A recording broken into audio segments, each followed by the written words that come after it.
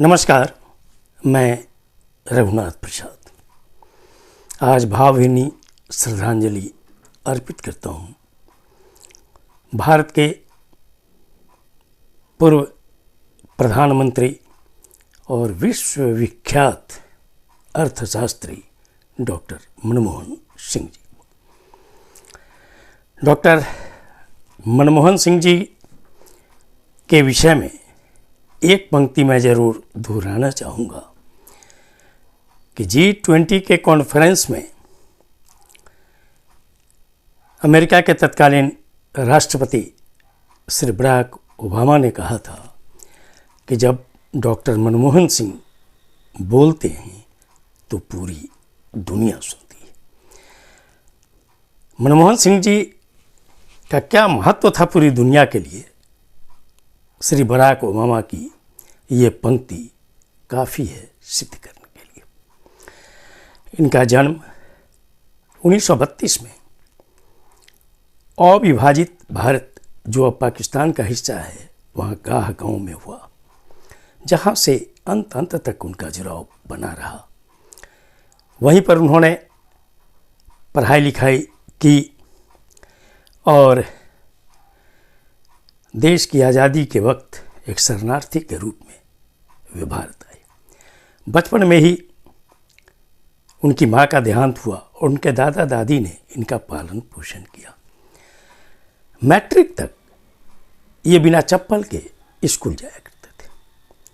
इनके पिताजी बहुत साधारण कपड़े की दुकान चलाते थे, लेकिन इनमें जो योग्यता थी, प्रतिभा थी, इन्होंने स्कॉलरशिप प्राप्त किया और आगे की पढ़ाई उन्होंने ब्रिटेन के प्रसिद्ध यूनिवर्सिटी कैम्ब्रिज और ऑक्सफोर्ड से की इकोनॉमिक्स में।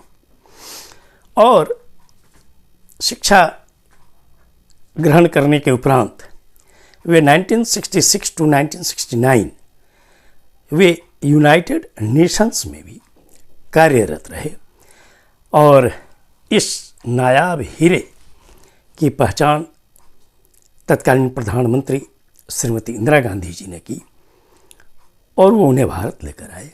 कॉमर्स मिनिस्ट्री में इन्हें सलाहकार बनाया गया।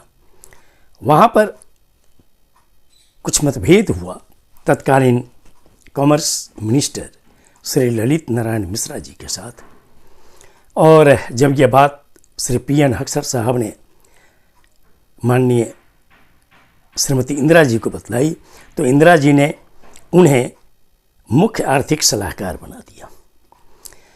उनकी परख थी। बाद में वे रिजर्व बैंक ऑफ इंडिया के गवर्नर भी रहे 3 साल। 2 वर्षों तक वे प्लानिंग कमीशन के डिप्टी चेयरमैन भी रहे। बाद के वर्षों में वे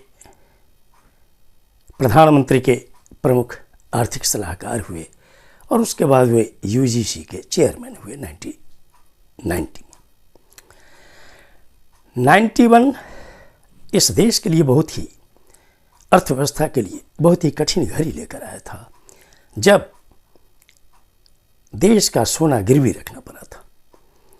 और 1991 में जब श्री राहुल गांधी जी की हत्या हुई और जो चुनाव हुए उसमें कांग्रेस पार्टी कुछ दलों के साथ सत्ता में आई, तो श्री PV नरसिम्हा राव जी प्रधानमंत्री हुए और उन्हें तलाश थी उस समय की आर्थिक व्यवस्था को देखते हुए एक महत्वपूर्ण शख्सियत की, और उनकी तलाश पूरी हुई डॉक्टर मनमोहन सिंह जी पर। वो UGC ऑफिस में बैठे हुए थे जब उन्हें सूचना दी गई कि उन्हें राष्ट्रपति भवन पहुंचना है और वित्त मंत्री का पद संभालना है। उनके पहले बजट ने ही पूरे देश की तकदीर बदल दी। LPG, liberalisation, privatisation and globalisation पर आधारित उनका वो बजट और 1991 से लेकर 1996 तक का वित्त मंत्री के रूप में उनका कार्यकाल श्री PV नरसिम्हा राव जी के साथ हमेशा हमेशा के लिए याद किया जाएगा, चूँकि लाइसेंस राज खत्म हुआ और मल्टीनेशनल कंपनियों का रास्ता इस देश में खुल गया। और आज हजारों हजार यदि मल्टीनेशनल कंपनियां इस देश में काम कर रही हैं तो वो श्रेय श्री मनमोहन सिंह जी को जाता है। उसके बाद दौर शुरू होता है, गठबंधन की सरकार बनी यूनाइटेड फ्रंट की, फिर उसके बाद एनडीए की सरकार आई और वर्ष 2004 में जब यूपीए में कांग्रेस पार्टी जब सबसे बड़े दल के रूप में उभरा तो कई दलों के साथ श्रीमती सोनिया गांधी जी ने गठबंधन बनाया। उस समय नेता चुनी गई, चूंकि नेता प्रतिपक्ष थी श्रीमती सोनिया गांधी जी, स्वाभाविक दावेदार थीं प्रधानमंत्री पद की। पार्टी ने उन्हें सर्वसम्मति से नेता चुना, लेकिन देश हमेशा याद रखेगा श्रीमती सोनिया गांधी जी के त्याग को कि प्रधानमंत्री जैसे सबसे महत्वपूर्ण पद को उन्होंने स्वीकार नहीं किया। फिर उन्हें तलाश हुई एक प्रधानमंत्री के लिए।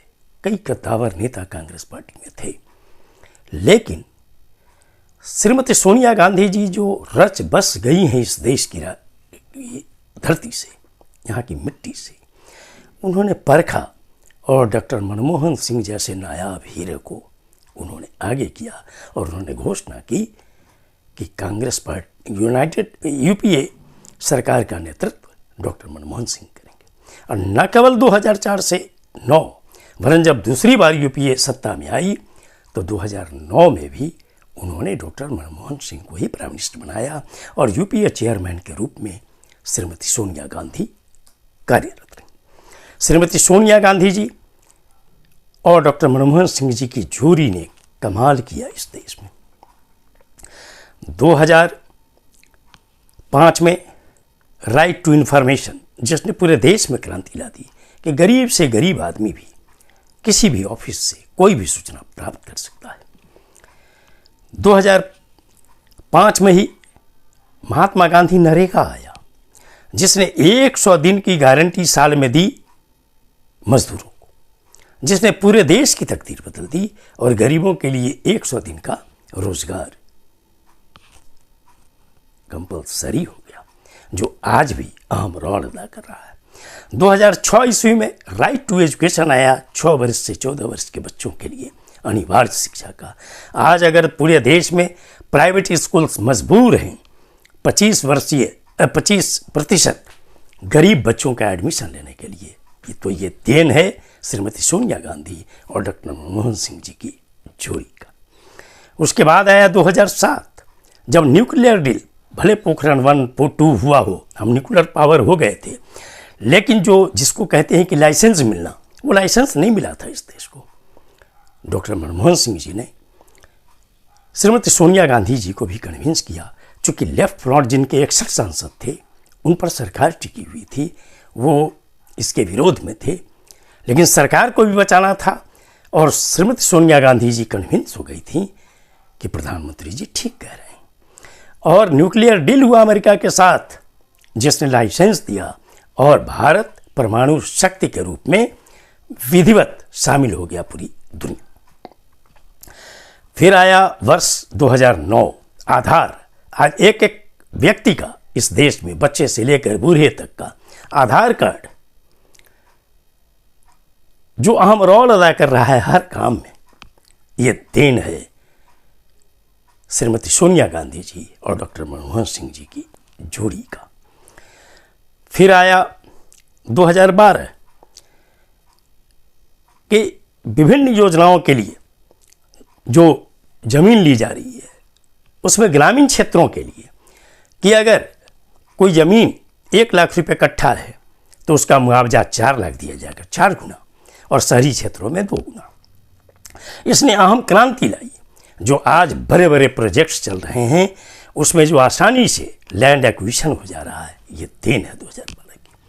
2013 राइट टू फूड, खाद्य सुरक्षा, जिसमें कि सब्सिडी पर बहुत कम दाम पर चावल और गेहूं गरीब परिवारों को दिया गया, जो आज अहम रोल अदा कर रहा है पूरे देश में। जो आज की एनडीए सरकार जो 2020 से मुफ्त अनाज दे रही है, ये उसी का बड़ा रूप है। ये सारे अच्छे काम, लेकिन कुछ शक्तियां थी इस देश में जिसने बहुत ही योजनाबद्ध तरीके से 2004 से लेकर 2014 तक की इस महत्वपूर्ण अवधि को, जिसने बहुत महत्वपूर्ण काम किए, उसको बदनाम करने का काम किया। आज उस महापुरुष को श्रद्धांजलि अर्पित करते हुए मैं ये कहना चाहूँगा कि उस समय जो कैग का रोल रहा, जिसने कोल स्कैम की बात की, जिसने 2G की बात की, जिसने कॉमनवेल्थ गेम्स की बात की, अन्य भी शक्तियाँ थीं, उसमें हुआ कुछ नहीं, कहीं भी कोई गलती नहीं पाई गई, लेकिन वो सरकार बदनाम हो गई। यूपीए की सरकार बदनाम हुई और इसका फायदा विपक्षी दल को मिला। मैं उसके पहले भी जाना चाहूँगा कि जब 2004 में सोनिया जी प्राइम मिनिस्टर की स्वाभाविक दावेदार थीं, तो विपक्षी दल के महत्वपूर्ण नेताओं ने विरोध किया कि ये विदेशी मुल्की हैं। जब ब्रिटेन में ऋषि सुनक प्रधानमंत्री होते हैं, जब राम गुलाम या जगन्नाथ मॉरिशस में प्रेसिडेंट या प्राइम मिनिस्टर होते हैं, जब गुयाना में प्रेसिडेंट होते हैं, जब वासुदेव पांडे सूरीनाम में प्राइम मिनिस्टर होता है, हम कितनी खुश होते हैं। जब श्रीमती कमला हैरिस वाइस प्रेसिडेंट होती हैं अमेरिका में, कितने खुश होते हैं। लेकिन हम इतने संकीर्ण हो गए। तो सोनिया जी ने जिस नायाब हीरे को आगे लाया, उनकी सरकार ने जितने बड़े बड़े महत्वपूर्ण काम किए, उनको बदनाम करने के लिए कितनी बड़ी चाल चली गई। उस कैग ने उस सरकार को बदनाम किया और जिसमें कोई सच्चाई नहीं पाई गई, सारे केस फॉल्स पाए गए। और आज याद करना चाहूँगा मैं आदरणीय श्री अन्ना हजारे साहब को, जिन्होंने आंदोलन किया, दूसरा गांधी बनने का प्रयास किया, सरकार पर बहुत चोट पहुंचाई, लेकिन वर्ष 2014 से लेकर आज तक किसी भी नकारात्मक घटना पर उनकी जुबान आज तक नहीं खुली। मैं वैसे नेताओं को कहना चाहूँगा जो बड़े बड़े नेता हैं, जो मनमोहन सिंह जी को मौन मोहन सिंह कहा करते थे, उस मौन ने ही इस देश में बहुत बड़ी क्रांति लाई। और आज अगर आर्थिक दृष्टि से देश इतना खुशहाल है, इतना आगे है, तो उस मनमोहन सिंह जी की देन है। आज मैं याद करना चाहूँगा उन नेताओं को भी जो सिलेंडर लेकर सड़कों पर घुमा करते थे। आज उससे दूने दाम पर सिलेंडर बिक रहा है, लेकिन उनकी जुबान बंद। आज मैं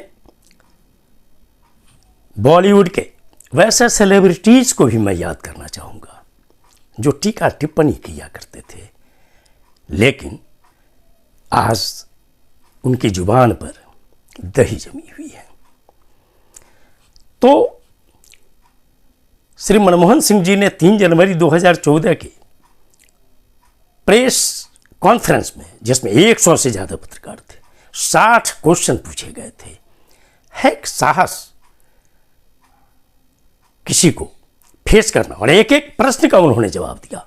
और उन्होंने कहा था कि इतिहास मूल्यांकन करेगा, और मैं समझता हूँ कि जो मीडिया और अपोजिशन कर रही है उसके अनुपात में इतिहास मुझ पर ज़्यादा रहम करेगा। ये थी शख्सियत डॉक्टर मनमोहन सिंह जी की।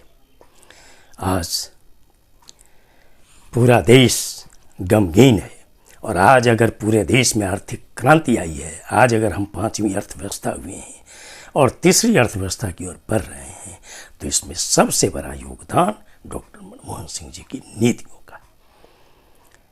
पूरा देश आज उन्हें नमन कर रहा है।